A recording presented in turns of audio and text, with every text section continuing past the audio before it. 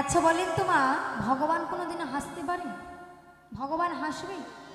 ভগবান নয় হাসলো, কিন্তু কাঁদবে কখন? আমরা কখন হাসি মা? কোনো হাসার কথা হলে হাসি, তাই না? আর কোনো কান্নার কথা হলে, কেউ কাঁদালে তবে আমরা কাঁদি। কিন্তু ভগবান হাসে কখন?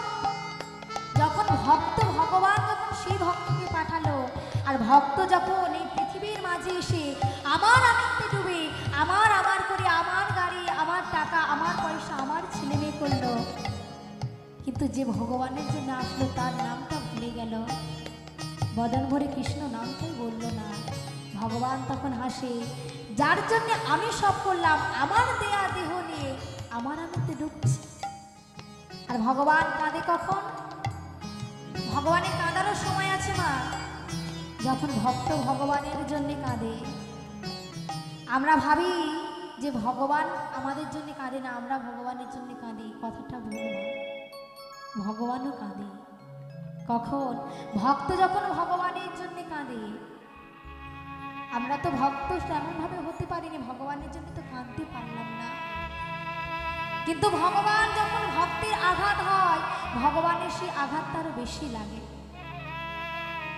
তাই ভগবান যখন ভক্তের হাসি দেখে তখন ভগবানের হাসি পায়, আর যখন ভক্তের কান্না দেখে তখন ভগবানেরও কান্না পায়। তাই বলছি দেখো, ভগবানও খেলা করছি, আমরাও খেলা করছি, কিন্তু আমরা খেলা করতে করতে কোনো কাজ করতে পারি না। করতে পারবো? কিন্তু ভগবান খেলার ছলে কত লীলা করে গেলেন, তাই না? অদ্যাবধি রাধাকৃষ্ণ লীলা করে যায়, কোনো কোনো ভাগ্যবান ভাগ্যবতী তাহা দেখিতে পায়। কিন্তু দেখার জন্য মা আমাদের সেই নয়নটা হয়নি, কারণ আমাদের সেই মনটা এখনো তৈরি হয়নি।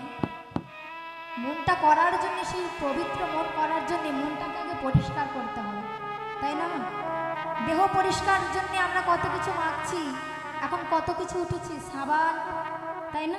কত কেমিক্যাল জিনিস উঠেছে, কিন্তু মনটাকে পরিষ্কার করার জন্য কোনো কিছু ওঠেনি।